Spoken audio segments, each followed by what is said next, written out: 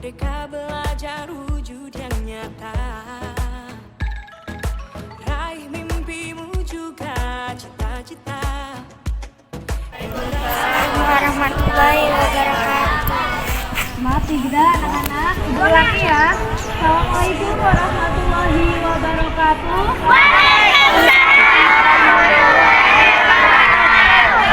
Terima kasih sudah menjawab salam ini ya. Salam itu adalah doa ya. Kepada yang terhormat Ibu Kepala Sekolah, yang saya hormati Bapak Ibu Dewan Guru UPTD 2 Kebulen, dan anak-anakku sekalian dari kelas 1 sampai 6 yang Ibu sayangi dan Ibu banggakan. Puji syukur kehadiran Allah Subhanahu wa Ta'ala yang telah memberikan kita nikmat iman dan nikmat Islam, sehingga pada hari ini kita bisa berkumpul di acara dalam kegiatan upacara bendera hari Senin ya anak-anak ya. Sholawat serta salam kita panjatkan kepada Nabi Muhammad SAW. Semoga di akhir yaumul kiamat nanti kita mendapatkan syafaatnya. Amin amin ya rabbal alamin. Anak-anakku sekalian, hari ini Ibu akan memberikan beberapa materi. Yang pertama adalah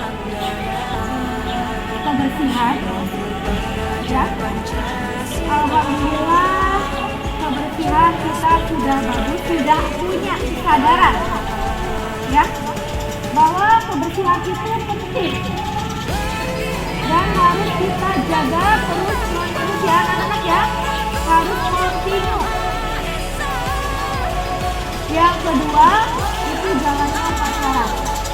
Alhamdulillah kegiatan hari ini berjalan dengan baik meskipun ada beberapa anak yang tidak bisa hadir ya, dikarenakan sedang sakit atau tidak enak badan. Kemudian masih ada beberapa siswa yang masih belum menggunakan topi. Kemudian masih asik berbicara. Kemudian noel sama temennya, tolong diperbaiki ya anak-anak ya. Yang ketiga itu tentang budaya positif. Ada yang tahu budaya positif? Ada yang tahu? Ya. Budaya positif itu adalah nilai-nilai, keyakinan-keyakinan, dan pembiasaan atau kebiasaan yang baik ya, yang berkembang menjadi pribadi yang bertanggung jawab dan mandiri. Sebetulnya di sekolah kita ini sudah melakukan pembiasaan-pembiasaan yang baik, nilai-nilai yang baik ya. Contohnya pembiasaan saat hari Senin ini kita sudah melakukan upacara bendera, dan setiap hari Selasa sampai dengan Kamis kita sudah melakukan literasi dan literasi membaca. Kemudian pada hari Jumat kita sudah melakukan kebiasaan untuk Jumat berkah dan Jumat berbagi. Di dalamnya ada kegiatan sholat duha berjamaah, pembagian jajan atau snack, sholawat Nabi, dan pembacaan doa dan lain-lain. Setiap hari Sabtu kita dilaksanakan senam ya, senam bersama yang dipimpin oleh Pak Dodi dengan teman-teman lainnya. Kemudian kita juga ada kebiasaan yang baik lainnya, yaitu kita ada pementasan bakat dan minat dari anak-anak kelas 1 sampai kelas 6. Ini ide yang sangat bagus, kita beri aplaus kepada Pak Dodi. Idenya sangat bagus ya, dapat meningkatkan bakat dan minat anak-anak semuanya. Ya baik anak-anak, sudah melaksanakan simulasi AKN atau ANBK. Dan alhamdulillah berjalan dengan bagus. Kemudian nanti kelas 5 juga di akhir bulan Oktober akan melaksanakan ANBK-nya. Alhamdulillah bertempatnya sangat dekat ya dengan sekolah kita ya. Nanti minta tolongnya kelas 5 belajar lebih giat lagi untuk mempersiapkan ANBK. Baik anak-anak, cukup sekian dari Ibu materi upacara hari ini. Apabila ada kata kalimat yang kurang berkenan, Ibu mohon maafnya. Wabillahi taufiq wal hidayah. Wassalamualaikum warahmatullahi wabarakatuh.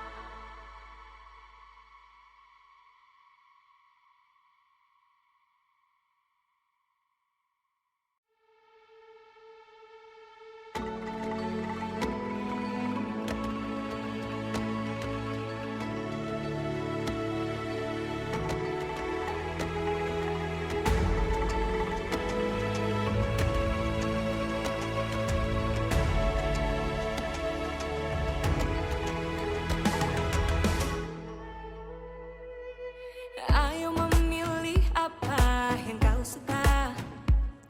Merdeka belajar wujud yang nyata.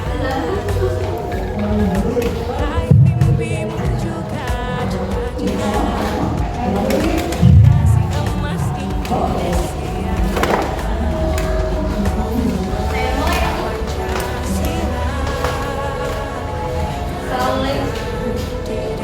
Assalamualaikum warahmatullahi wabarakatuh.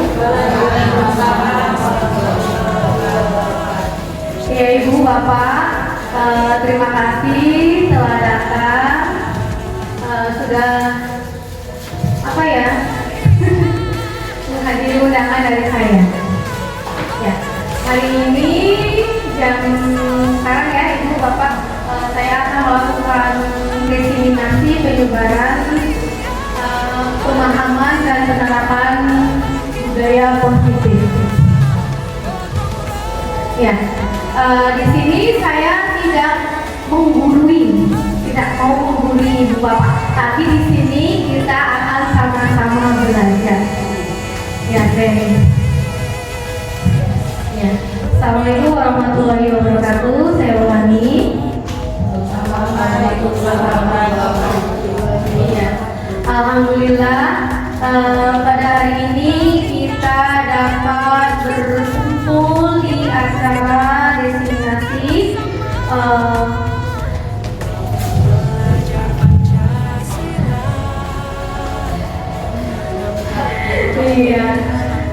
masih menunggu ya. Puji syukur kehadirat Allah Subhanahu wa Ta'ala yang telah memberikan kenikmatan iman dan Islam kepada kita semua, sehingga hari ini kita bisa berkumpul bersama dalam kegiatan diseminasi. Sholawat serta salam kita sanjungkan kepada Nabi Muhammad SAW. Semoga di akhir yaumil akhir kita mendapatkan syafaat dari beliau. Amin ya rabbal alamin. Ya. Di sini saya akan sharing atau menularkan ilmu dan pengalaman saya selama saya mengikuti kegiatan calon guru penggerak. Alhamdulillah saya sudah mengikuti selama 2 bulan. Saya pertama mengikutinya pembukaannya itu pada tanggal 16 Agustus. Ya, dan sampai sekarang saya masih berada di modul 1, tepatnya di submodul 1.4. Baik, di sini kita akan sama-sama belajar ya Bapak Ibu ya. Penyebaran pemahaman dan penerapan budaya positif. Ya. Pada pembelajaran modul 1 itu ada 4 modul. Yang pertama itu filosofi pemikiran Ki Raja Dewantara, nilai dan peran guru penggerak, visi guru penggerak, dan budaya positif. Nah, Bapak Ibu, budaya positif pasti kita sudah mengenal budaya ya. Nah, budaya positif adalah nilai-nilai, keyakinan-keyakinan, kebiasaan yang baik yang berkembang menjadi pribadi yang bertanggung jawab dan mandiri. Nah, dalam modul 1.4 ini kita akan belajar atau akan membahas budaya positifnya. 1, perubahan paradigma belajar. Yang kedua, disiplin positif. Yang ketiga, kebutuhan dasar manusia. Yang keempat, motivasi perilaku manusia.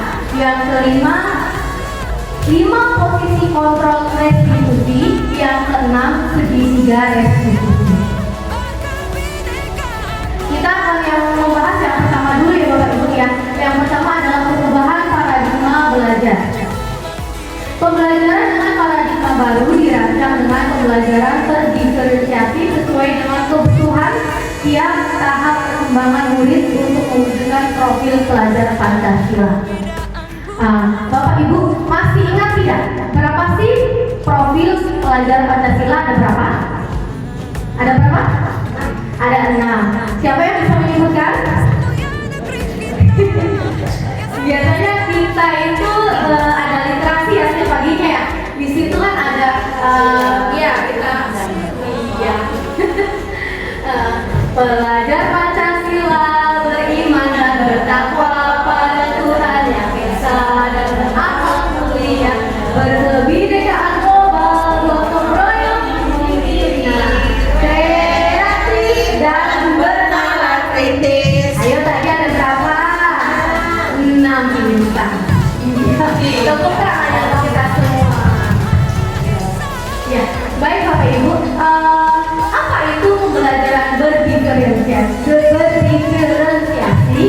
Nah, pembelajaran berdiferensiasi adalah teknik instruksional atau pembelajaran di mana guru menggunakan berbagai metode pembelajaran atau metode pengajaran untuk memenuhi kebutuhan individual setiap siswa sesuai dengan kebutuhan mereka. Nah, kebutuhan tersebut dapat berupa pengetahuan yang ada. Misalnya ada gaya belajar. Kadang-kadang siswa ada yang gaya belajarnya tuh mengerjakan sesuatu tuh sambil suara ya, suara. Ada yang sambil tiduran, ada yang dengan bermain dan sebagainya. Kemudian minat belajar siswa juga ya. Yang kedua adalah disiplin positif. Kira-kira Bapak Ibu, kalau mendengar kata disiplin itu biasanya berhubungan dengan apa ya? Waktu, peraturan, apalagi Bu, Pak? Tertib, tata tertib. Ada lagi? Kenapa Bu? Budaya. Oh bukan Bu. Ya, disiplin. Nah, kita belajar dari kata disiplin dulu. Disiplin dimaknai menjadi sesuatu yang dilakukan seseorang pada orang lain untuk memenuhi kepatuhan. Nah, biasanya kan bersifat kepatuhan ya. Siswa patuh terhadap peraturan atau ibu gurunya gitu kan. Nah, sekarang tujuan kita sebagai pendidik adalah menciptakan anak-anak yang memiliki disiplin diri sehingga mereka bisa berperilaku dengan mengacu pada nilai-nilai kebajikan universal dan memiliki motivasi intrinsik dan ekstrinsik. Kalau intrinsik itu dari dalam diri, kalau ekstrinsik itu dari luar. Misalkan anak-anak berangkat pagi, kalau dari dalam diri itu supaya saya tidak berangkat telat, ya tidak kesiangan. Saya harus rajin berangkatnya, ya ya tidak kesiangan. Nah, kalau yang eksklusif ini biasanya itu satu hukuman, yang kedua itu hadiah. Nah, bisa Bu, itu eksklusif karena malu atau takut gitu ya. Misalnya anak-anak kalau saya tidak mau berangkatnya pasti telat karena takut dia ketemu teman, ataupun takut dengan itu tadi peraturan dihukum, suruh berlari atau lainnya gitu. Ataupun misalkan ibu mus nih, anak kelas 1 nih, anak-anak berangkatnya cepat ya, nanti yang berangkatnya cepat nanti ibu kasih hadiah atau snack. Nah, setelah itu anak-anak datang dengan pagi itu karena ada iming atau hadiah.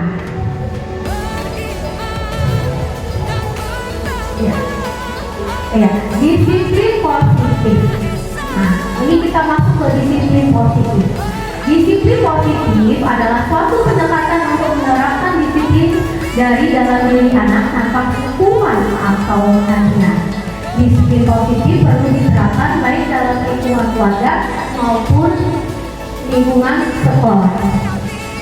Nah, tujuan dari disiplin positif adalah menanamkan motivasi yang ada pada murid-murid kita, yaitu untuk menjadi orang yang mereka inginkan dan menghargai diri sendiri dengan nilai-nilai yang mereka percaya. Ya, jadi di sini itu tidak ada hukuman, ya Ibu, ataupun konsekuensi sekarang itu ya. Tidak ada yang misalkan anak-anak tidak mengerjakan PR begitu. Itu sekarang tidak ada hukuman, paling nanti kita akan menggunakan segitiga restitusi. Nanti materinya kita akan bahas di berikutnya. Nah, yang ketiga itu ada kebutuhan dasar manusia dan dunia berkualitas. 5 kebutuhan dasar manusia biasanya Bapak Ibu itu identik dengan apa ya? Kebutuhan dasar manusia. Duit. Ayo yang lain. Iya, manusia. Sandang pangan papan. Iya, sandang pangan papan. Ada lagi?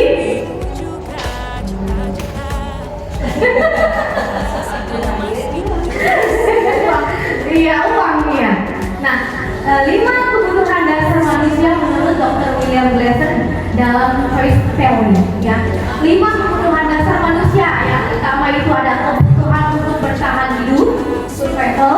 Yang kedua kasih sayang dan rasa diterima, love and belonging. Yang ketiga kebebasan atau freedom. Keempat itu kesenangan atau fun. 5 penguasaan atau power. Ya. Ketika seorang murid melakukan suatu perbuatan yang bertentangan dengan nilai-nilai kebajikan itu atau melanggar peraturan yang ada di sekolah atau di kelas, hal itu sebenarnya dikarenakan mereka gagal untuk memenuhi kebutuhan dasar mereka. Yang keempat itu adalah motivasi perilaku manusia. Teori motivasi adalah dorongan yang timbul pada diri seseorang secara sadar atau tidak sadar untuk melakukan suatu tindakan ya dengan tujuan tertentu. Menurut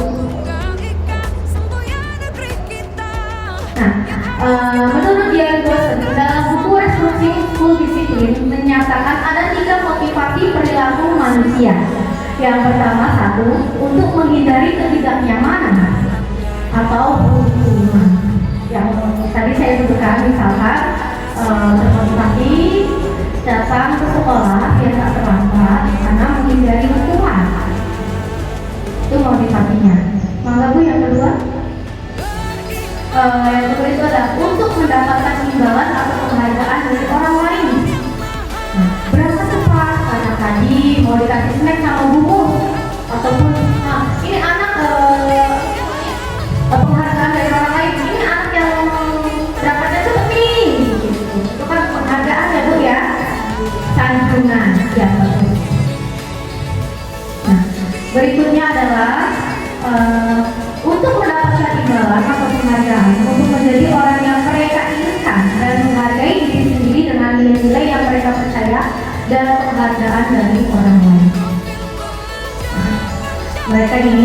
ya, ia akan bertanya, akan menjadi orang yang seperti apa apabila saya melakukannya. Mereka melakukan sesuatu karena nilai-nilai yang mereka yakini dan hargai, dan mereka melakukannya karena mereka ingin menjadi orang yang melakukan nilai-nilai yang mereka yakini tersebut. Ini adalah motivasi yang akan membuat seseorang memiliki disiplin positif karena motivasi perilakunya bersifat internal atau dari dalam diri sendiri, bukan eksternal, bukan dari orang lain. Kita akan belajar hukuman, konsekuensi, restitusi. Nah, ini ada 3 macam Bapak Ibunya. Yang pertama, kalau hukuman biasanya berkaitan dengan apa ini? Kalau hukuman, teguran. Iya. Hukuman ini bisa berupa fisik atau psikis ya. Hukuman ini bersifat satu arah. Biasanya kan kalau hukuman kan biasanya diterapkan atau dilibatkan dengan siswa ya Bu ya. Nah, kalau di sekolah itu dengan siswa, jangan gurunya tidak merasakan. Nah, dari pihak guru yang memberikan dan murid hanya menerima atau suatu hukuman tanpa melalui suatu kesepakatan atau pengarah dari pihak guru baik sebelum dan sesudahnya. Jadi bisa berupa fisik, kayak misalkan hukuman keliling lapangan, itu kan lari ya. Kemudian ada yang bersifatnya psikis, biasanya itu sindiran, nyatanya yang kena fisiknya gitu. Yang kedua adalah konsekuensi. Konsekuensi sudah terencana atau sudah disepakati, sudah dibahas dan disetujui oleh murid dan guru. Yang ketiga adalah restitusi. Restitusi adalah proses menciptakan kondisi bagi murid untuk memperbaiki kesalahan mereka sehingga mereka bisa kembali pada kelompok mereka dengan karakter yang lebih kuat. Ini menurut Blossom tahun 2004. Nih Bu, Bapak, ini perbedaan hukuman, konsekuensi, dan restitusi. Jelas tidak tulisannya? Kurang jelas ya? Iya. Iya. Kalau hukuman itu sesuatu yang menyakitkan, harus terjadi. Nah, kalau konsekuensi itu sesuatu harus terjadi. Restitusi merupakan pilihan. Ya. Nah, nomor selanjutnya. Hukuman atau konsekuensi ini Bapak Ibu, kita belajar bareng-bareng ya. Kita menjawab soal ini. Mencatat 100 kali di dalam buku kalimat, saya tidak akan terlambat lagi karena terlambat ke sekolah. Ini apa kira-kira? Hukuman atau konsekuensi? Kalau ini konsekuensi, karena tidak fisik. Yang kedua, lari mengelilingi lapangan basket 2 kali karena terlambat hadir di sekolah. Apa? Hukuman. Karena terlambat fisik ya. Membersihkan coretan yang dibuat di meja tulis. Biasanya kan anak-anak ada ya, sanksi ya, terus atau konsekuensi ya. Murid diminta untuk push up 15 kali karena tidak menggunakan masker ke sekolah. Hukuman kita. Ayo selanjutnya Bu. Lari mengelilingi lapangan basket 12 kali karena terlambat hadir di sekolah. Hukuman. Wih, sama pinter. Tangannya. Menggantikan kertas tugas teman yang telah dicoret-coret. Sanksi ya.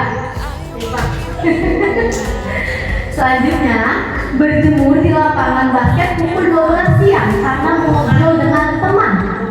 Hukuman. Selanjutnya, murid diminta bertelanjang kaki sepanjang hari karena tidak menggunakan sepatu warna hitam sesuai peraturan sekolah. Hukuman. Berdiri di depan kelas sambil mengangkat kaki satu ya, karena tidak bisa menjawab pertanyaan. Hukuman. Membersihkan tumpahan air di meja tulis karena tersenggol pada saat belajar. Sanksi, konsekuensi, ya. Istirahat 10 menit, jam istirahat untuk mengerjakan tugas karena terlambat datang dan tertinggal pelajaran selama 10 menit. Sanksi. Duduk di bangku di pinggir lapangan pada jam istirahat tidak diizinkan bermain oleh guru tiket karena mencederai teman saat bermain di lapangan. Sanksi apa hukuman ini? Hukuman. Iya. Sekarang kita akan belajar tentang keyakinan kelas. Nih, Bapak Ibu di sekolahnya, di setiap kelasnya sudah memiliki keyakinan kelas belum? Iya, belum. Baik, kita sama-sama belajar ya. Ya, keyakinan dengan kesepakatan beda nama saja. Ya, bagus. Terima kasih Bu. Yang kita akan belajar keyakinan kelas. Ini pembentukan keyakinan kelas. Keyakinan kelas bersifat lebih abstrak daripada peraturan yang lebih rinci dan konkret. Keyakinan kelas berupa pernyataan-pernyataan universal, ya. Terus pernyataan keyakinan kelas senantiasa dibuat dalam bentuk positif. Biasanya jangan membuang sampah sembarangan. Itu kan masih negatif kalimatnya. Kita ubah menjadi kalimat yang lebih positif. Kira-kira apa ya? Iya, kita buanglah sampah pada tempatnya. Yang keempat, keyakinan kelas sebenarnya tidak terlalu banyak sehingga mudah diingat dan dipahami oleh semua warga kelas. Misalnya minim 5 atau 6, banyak-banyak itu 10, biar mudah diingat oleh anak. Kemudian, keyakinan kelas sebaiknya sesuatu yang dapat diterapkan di lingkungan tersebut. Semua warga kelas hendaknya ikut berkontribusi dalam pembuatan keyakinan kelas lewat kegiatan curah pendapat. Yang selanjutnya, bersedia meninjau kembali keyakinan kelas dari waktu ke waktu. Jadi ada, misalkan ini perlu diperbaiki keyakinan kelasnya, maka harus ditinjau ya. Yang selanjutnya adalah prosedur pembentukan keyakinan sekolah atau kelas. Nah, pertama mempersilakan warga sekolah atau murid untuk bercurah pendapat tentang peraturan yang telah disepakati ya, yang perlu disepakati di kelas atau sekolah. Yang selanjutnya mencatat semua masukan-masukan para murid atau warga sekolah di papan tulis atau di kertas besar. Misalnya kayak kemarin saya menggunakan sticky note. Nah, anak-anak dibagi masing-masing satu ya. Kemudian anak-anak itu mencurahkan semua nilai-nilai kebajikan atau kalimat positif nanti ditempelkan pada kertas yang ada di papan tulis begitu. Nah, kemudian susunlah keyakinan kelas sesuai prosedur pembentukan keyakinan sekolah atau kelas. Kalimat-kalimat dalam bentuk negatif menjadi positif. Kemudian tidak kembali daftar curah pendapat yang sudah dicatat. Biasanya ini ada yang sama. Anak-anak kan ya biasanya sama ikut-ikutan temannya. Nanti kita dicatat, kemudian didaftar kembali biar tidak ada yang sama. Selanjutnya tinjau ulang keyakinan kelas secara bersama-sama. Selanjutnya setelah keyakinan sekolah kelas atau kelas selesai dibuat, maka semua kelas dipersilakan meninjau ulang dan menyetujui dengan menandatangani keyakinan kelas tersebut, termasuk guru dan semua warga atau murid. Kemudian keyakinan sekolah atau kelas selanjutnya bisa diletakkan di dinding kelas di tempat yang mudah dilihat oleh semua warga kelas. Nah, ini ada contoh keyakinan kelas Bapak Ibu. Yang pertama ini adalah contoh keyakinan kelas 1, bumus mangga bumus. 1, setiap anggota kelas perlu belajar. Setiap anggota kelas perlu senang. Setiap anggota kelas perlu melakukan tugas. Setiap anggota kelas perlu saling menghargai. Setiap anggota kelas perlu merasa aman. Sekarang ini pembelajaran harus berpihak pada murid Bapak Ibu. Ya. Murid itu harus merasa aman Selanjutnya, ini keyakinan kelas 5. Selalu bersikap positif, senantiasa menjadi diri terbaik, percaya dan menghormati orang lain serta barang miliknya, berkomitmen terhadap setiap tugas, senantiasa membantu. Ini untuk kelas 7 ya, guys. Nah, ini kemarin saya melakukan keyakinan kelas 12 ya. Di gambar pertama itu adalah diseminasi atau penyampaian materi keyakinan kelas. Kemudian di situ juga ada surat pendapat. Setelah itu pendapatnya siswa ditempelkan pada yang dituliskan pada sticky note, kemudian ditempelkan pada kertas yang hitam ini. Kemudian gambar ketiga itu saya tadi yang misalkan kalimat positifnya double, saya ambil terus apa saja gitu yang akan dijadikan keyakinan kelas. Kemudian ini adalah keyakinan kelas yang sudah jadi. Namun saya belum ini ya, nanti kita sama-sama Bapak Ibu sekalian membuat keyakinan kelas di kelasnya masing-masing. Nanti kita belajar bersama. Yang kelima adalah posisi kontrol. 5 posisi kontrol restitusi. Teori kontrol, Dr. William Glaser berkesimpulan ada 5 posisi kontrol yang diterapkan seseorang guru, orang tua ataupun atasan dalam melakukan kontrol. Kelima posisi kontrol tersebut adalah 1 penghukum, ya. Yang kedua itu adalah pembuat rasa bersalah. Yang ketiga teman, keempat pemantau, kelima itu manajer. Nah, nanti kita akan mengulik tentang, ya. Nah, yang pertama itu adalah penghukum. Nih Bapak Ibu, yuk kita sama-sama introspeksi nih. Kadang-kadang kita ini ada di posisi yang mana, gitu ya. Yang penghukum nih biasanya berbicara dengan nada tinggi, menyindir, menghardik, menunjuk-nunjuk, berkata pinggang dan membentak. Hukuman biasanya bersifat verbal atau fisik. Verbal itu sama dengan psikis ya Bu ya. Kemudian dampak posisi penghukum adalah murid menjadi pendendam dan tidak menyukai guru atau mata pelajaran yang diatur. Yang kedua, pembuat merasa bersalah. Biasanya berbicara dengan nada tenang, cenderung lembut, namun kata-katanya menyalahkan murid. Guru akan menyatakan hal-hal yang merasa kesalahan ada pada murid dengan membuat guru menderita.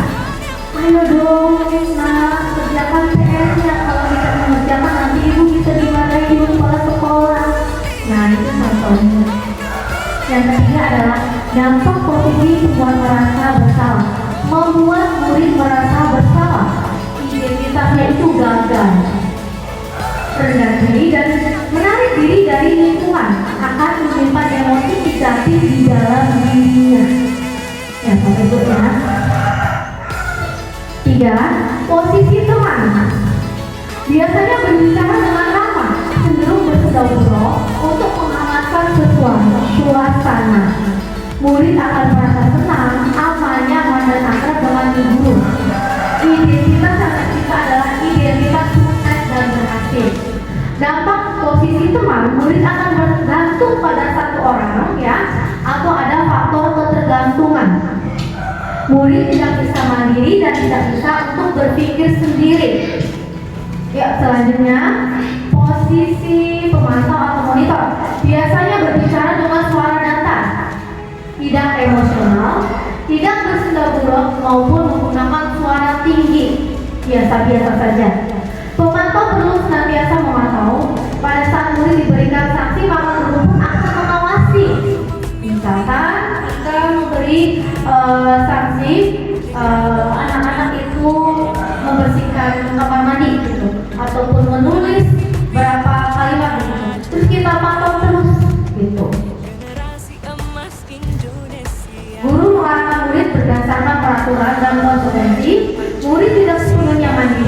Dampaknya apa ya Bapak Ibu? Murid akan menghitung konsekuensi atau hadiah tanpa memahami nilai kebajikan yang dituju. Nih, yang terakhir adalah posisi manajer. Suara manajer netral, tidak terlalu ramah dan tidak bernada tinggi.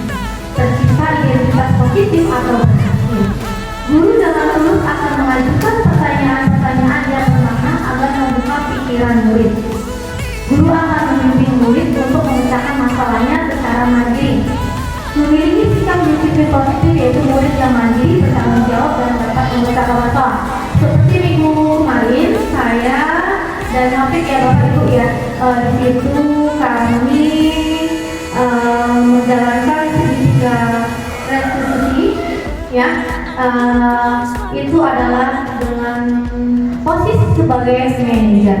Di situ Alfik tidak mengerjakan PR, kemudian saya bertanya sebagai manajer. Ya.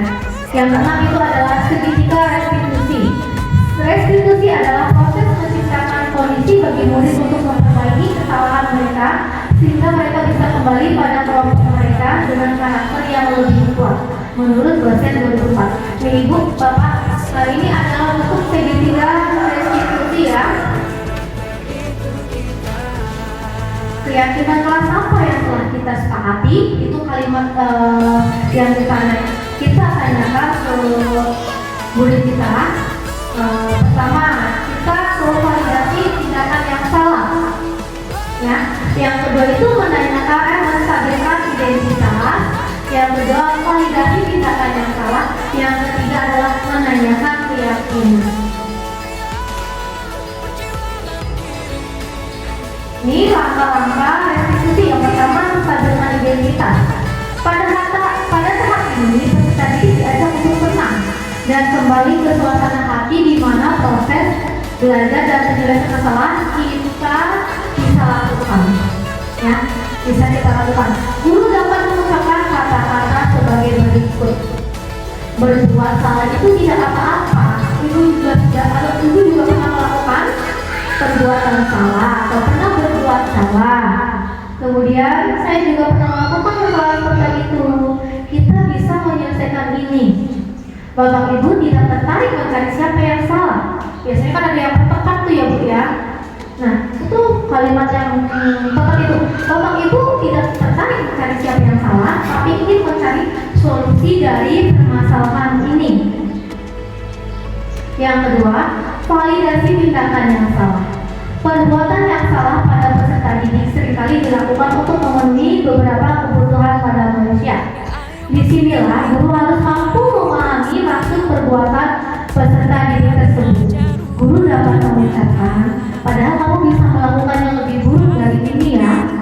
Kamu pasti punya alasan mengapa melakukan hal itu. Kamu patut bangga pada dirimu sendiri karena kamu telah melindungi sesuatu yang penting buatmu.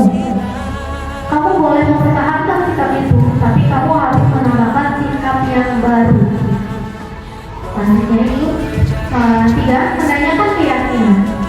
Pada tahap ketiga ini, peserta didik siap untuk dihubungkan dengan nilai-nilai yang dia percaya dan menjadi orang yang dia inginkan. Nah, guru dapat mengucapkan kata-kata berikut. Apa yang kita percaya sebagai kelas atau keluarga? Apa nilai-nilai umum yang telah kita sepakati? Apa bayangan kita tentang kelas yang ideal? Kamu mau jadi orang seperti apa? Biasanya ini kita sudah melakukan keyakinan kelas bersamamu. Dan keyakinan kelas itu sudah kita tangani, sudah disepakati dan sudah ditempel ke diri kelas. Baik, terima kasih Bapak Ibu. Materi hari ini selesai. Tapi sebelumnya, kira-kira dalam 5 posisi kontrol itu, posisi kita itu sebagai apa ya?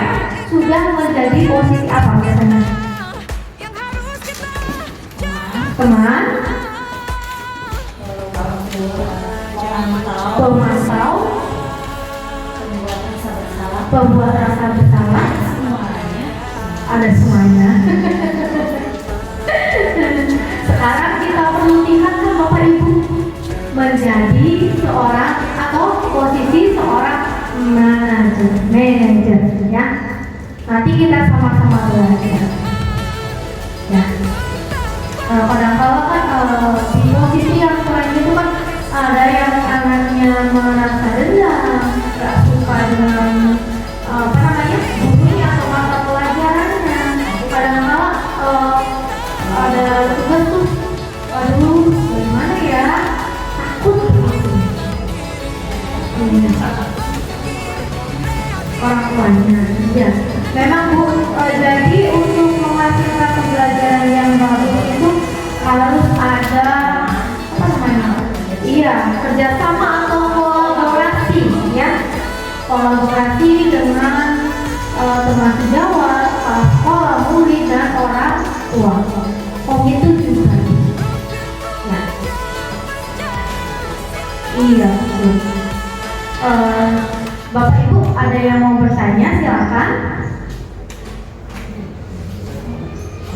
Ini dalam ini pemantau. Iya, pemantau. Kenapa Bu? Untuk pemantau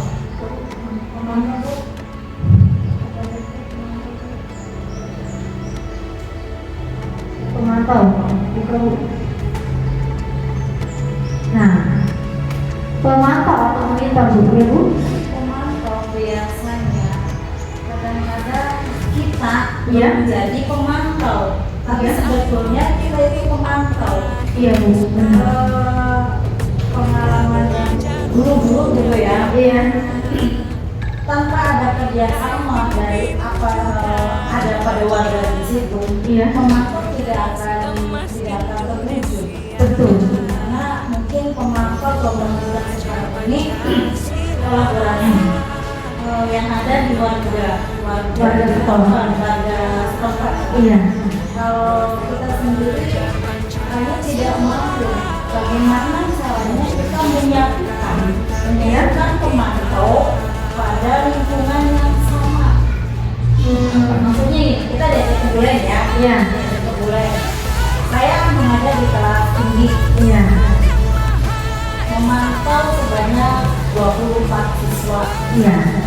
Dalam kondisi masuk mungkin bisa memantau, Iya. tetapi dalam kondisi istirahat kita tidak mungkin kan memantau 24 anak itu. Iya.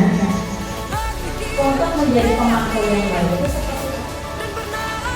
Jadi gini Bu, pemantau di sini adalah pemantau dalam posisi kontrol restriksi itu adalah berhubungan dengan sikap kita Bu. Misalkan kayak tadi sikap yang misalkan anak itu pelanggar, kalaupun untuk istirahat itu kayaknya itu beda Bu. Itu pemantau yang beda, kayaknya itu berhubungan dengan tanggung jawab kita sebagai orang tua di sekolah. Tapi pemantau yang ini adalah ketika Ada saat anak ya pada saat melakukan kesalahan. kesalahan apa dalam pembelajaran. Iya, kesalahan dalam pembelajaran. Iya, gitu.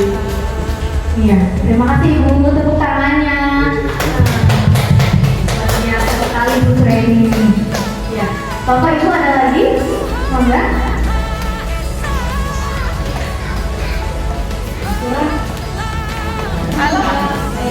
Siapa yang mau menanyakan keyakinan kelas? Mana silakan.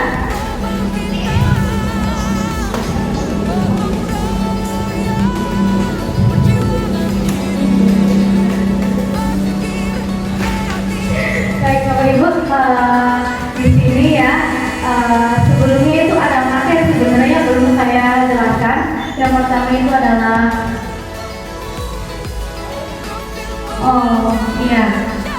jadi pertama itu adalah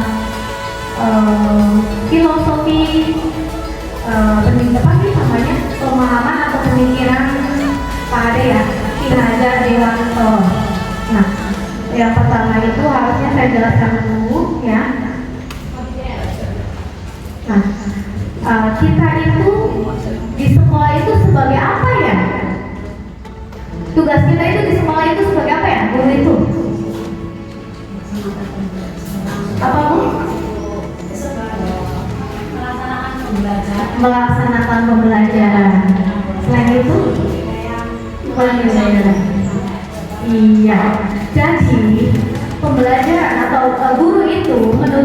diajar di kantor itu lah, selain mengajar, kita juga harus membimbing dan menuntun anak-anak sesuai dengan perkembangan zaman, sesuai dengan kodrat alam dan kodrat zamannya. Jadi gini, sesuai kodrat alam berarti sesuai dengan kondisi alam yang ada di Kabupaten Indramayu, lingkungannya seperti apa. Yang kedua itu kodrat zaman. Zamannya kita dengan zamannya anak-anak itu berbeda loh. Zamannya kita itu belum ada gadget, komputer, laptop. Tapi anak-anak sekarang lari sudah ada smartphone, gadget ya, laptop, komputer. Nah, untuk penggunaan atau kepandaian juga kita kalah dengan mereka. Anak kecil kadang-kala ya mau tidur sudah memegang HP, udah bisa menyekrol YouTube, jarinya sudah lincah. Ya Bapak Ibu ya, itu adalah perbedaan zaman yang sangat jauh-jauh perbedaannya. Iya, baru satu Ibu. Iya. Kemudian tadi perkembangan zaman ya. Kemudian sekarang itu pembelajaran. Jadi gini Bapak Ibu, guru itu bukan sumber belajar satu-satunya. Ya. Iya, guru itu sebagai fasilitator. Nah, jadi tuh anak-anak bisa belajar, mencari sumber belajar, bisa melalui buku ataupun internet atau media sosial lainnya. Sekarang banyak Bapak Ibu konten-konten ya. Iya, konten-konten pendidikan itu banyak sekali. Iya Bapak Ibu. Maka Bapak Ibu barangkali ada yang bertanya lagi, sekarang kita sharing, diskusi. Saya nanya, Apa Bu? contoh kontrak belajar. Keyakinan kelas. Iya, iya. Ibu tadi kurang melengkapi untuk sepakan dulu kesepakatan. Iya.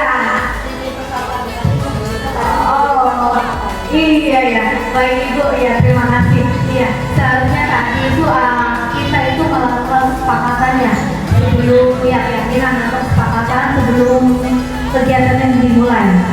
Iya, terima kasih Ibu. Baik, kita akan membahas keyakinan atau kesepakatan kelas. Yang pertama Bapak Ibu, saya ambil dulu.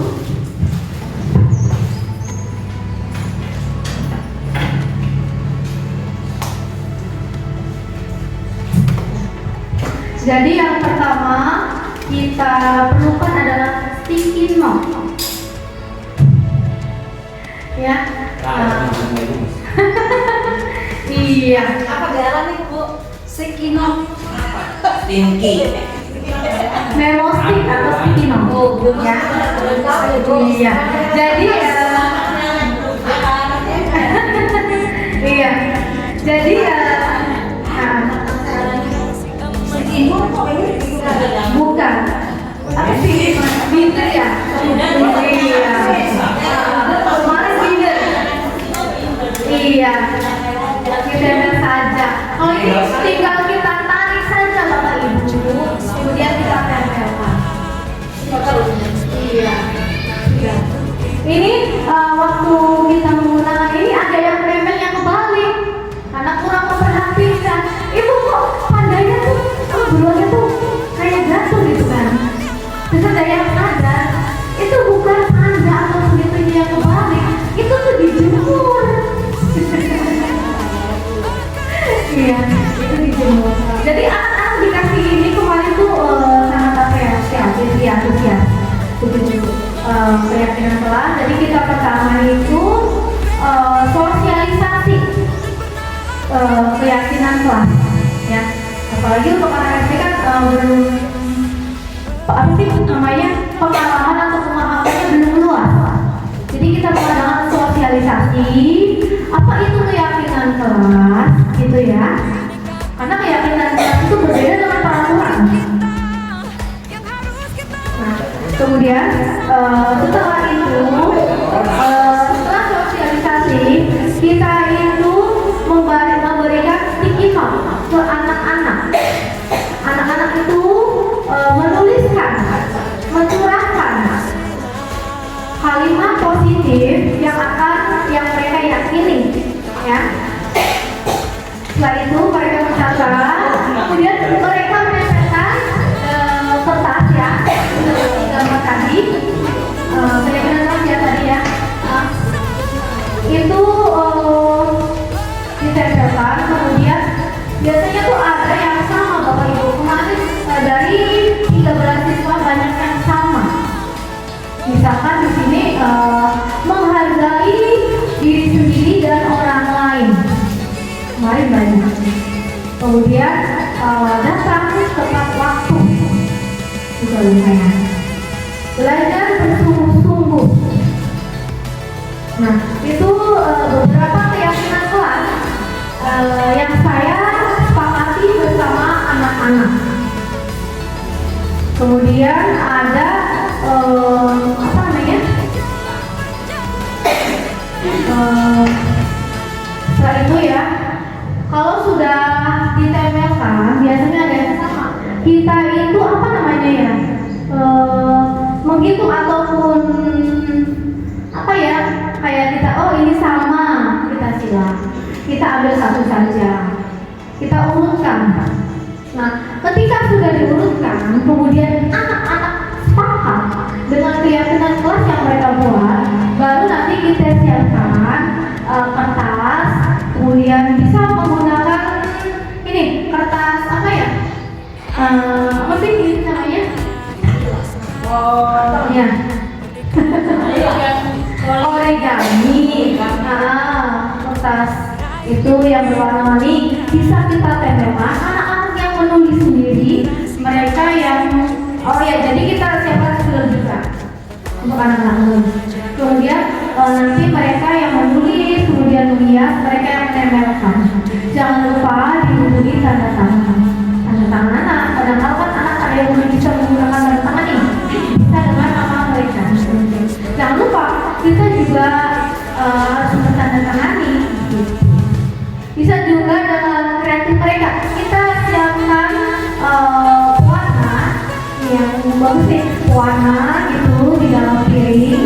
Kemudian kita apa sih namanya tuliskan warna itu. Kemudian kita pertanyakan di situ. Ataupun bisa pakai jempol. Gitu. Ya, kreativitas kita aja gitu. Iya, begitu. Jadi sudah paham ya kertas ini ya, kalau itu ya. Iya. Selanjutnya ada lagi. Iya Ibu, nilai-nilai guru berat ya. Yang pertama itu kita itu mandiri. Mandiri dalam artian kita itu apa sih namanya? Misalkan mandiri, kemudian kolaboratif atau kolaborasi, ya, kemudian kreatif, iya. Ya, jadi di suatu lembaga atau sekolah itu kita itu harus ada kolaborasi, baik kolaborasi dengan warga sekolah, lingkungan setempat juga bisa.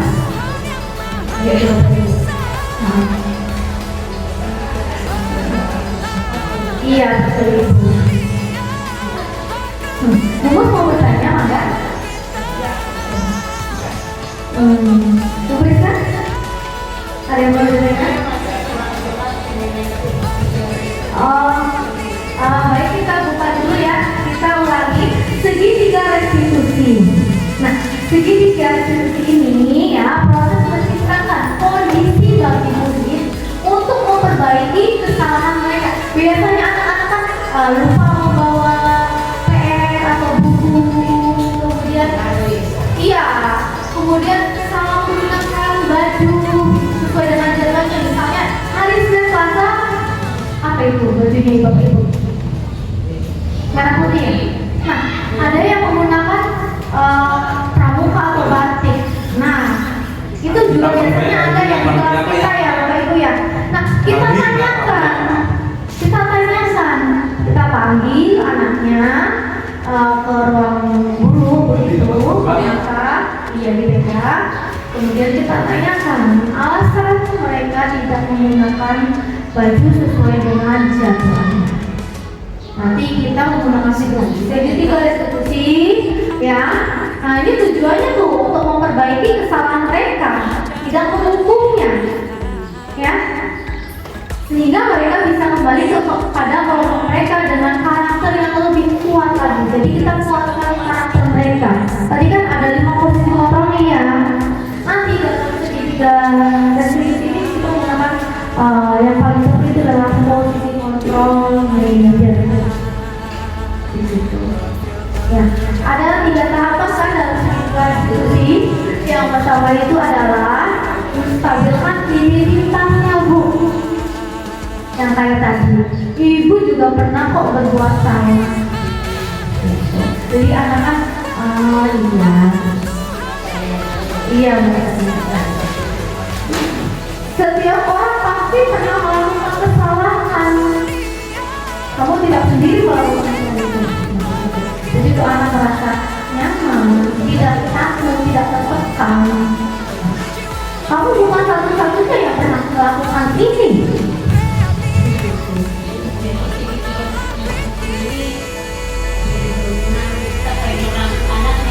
Iya betul Ibu.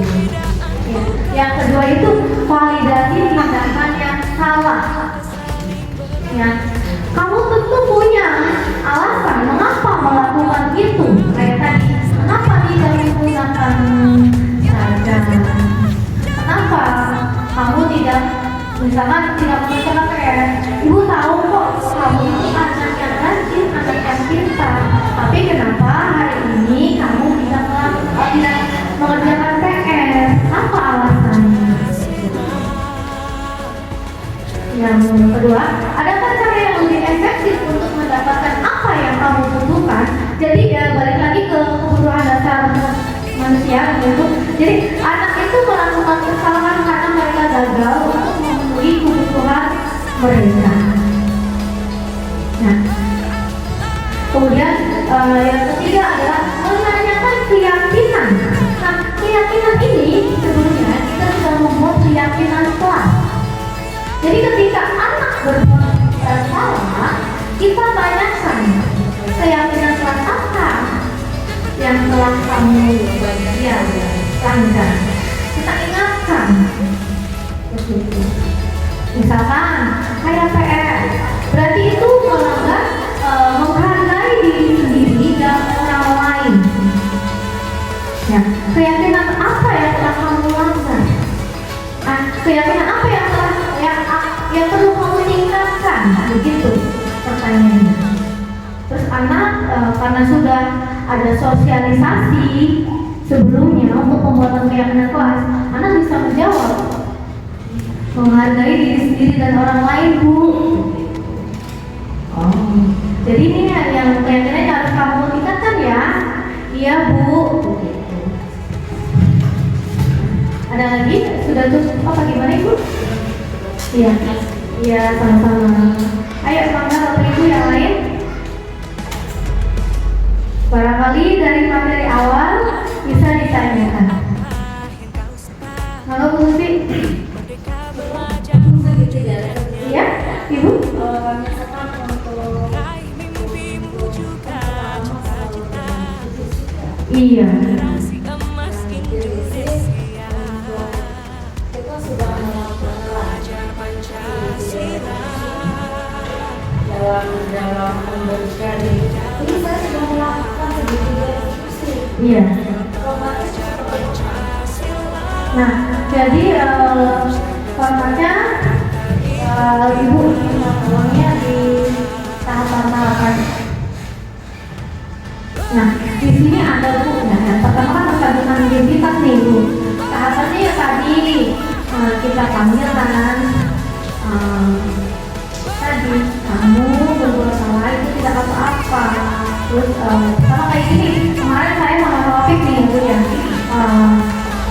Alvin gitu kan, kamu itu anak yang pintar, yang cerdas, yang selalu mengerjakan tugas, tapi kenapa kamu hari ini tidak mengerjakan? Kemudian semua orang juga bisa melakukan hal yang sama, itu juga pernah gitu. Gimana? Buktinya sih. Ketika kita sudah melakukan retribusi, Iya.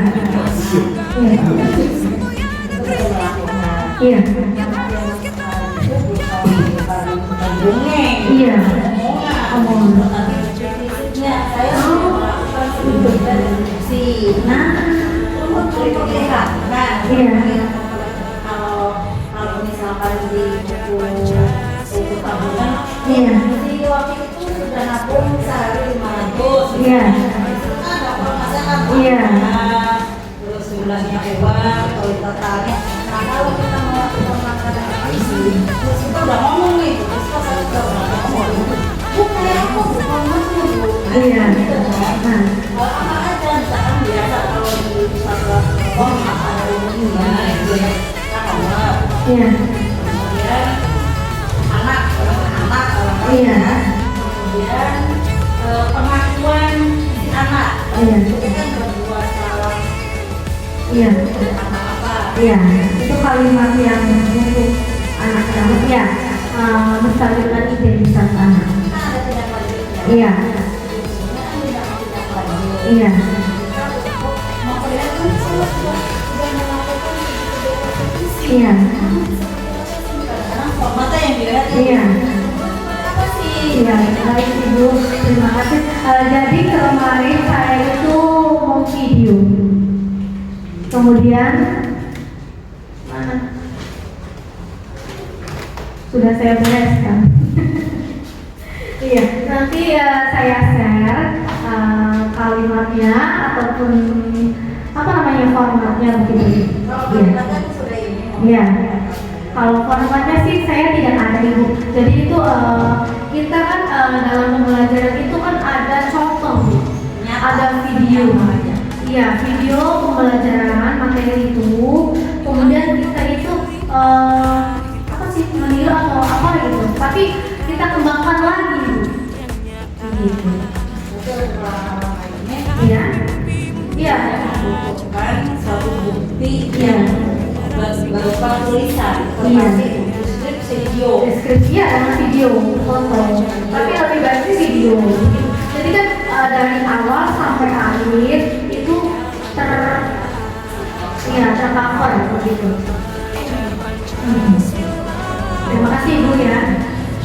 Sudah jelas atau bagaimana Ibu? Aturannya adalah Oh gitu. Terima kasih Ibu. Ayo Bapak Ibu ada yang lain? Kayaknya nih saya tadi yang kebutuhan 5 dasar ya. Ada yang paham? Sudah paham?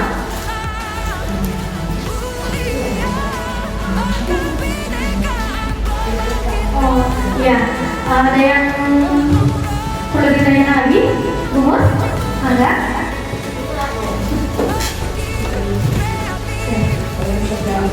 Hah?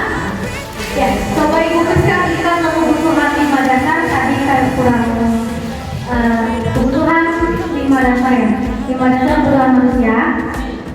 Ya, belakang tengah-tengah ke depan. Kadang-kala ada anak yang melakukan kesalahannya, misalkan contohnya itu banyak lah ya. Misalkan anak yang usil sama temannya. Nah, kadang-kala itu ada yang kurang kasih sayang, ya, dan rasa diterima. Misalkan anak ini tuh membutuhkan perhatian kita, kasih sayang kita lewat nakal dengan anaknya. Ternyata anak itu historinya itu iya mengasih itu anak itu orang tuanya tidak di rumah gitu. Iya, terus anak itu tuh usil, padahal anak itu tuh memancing. Dia tahu pada saat perhatian terhadap kita. Ketika kita selidiki, oh ternyata alasannya itu.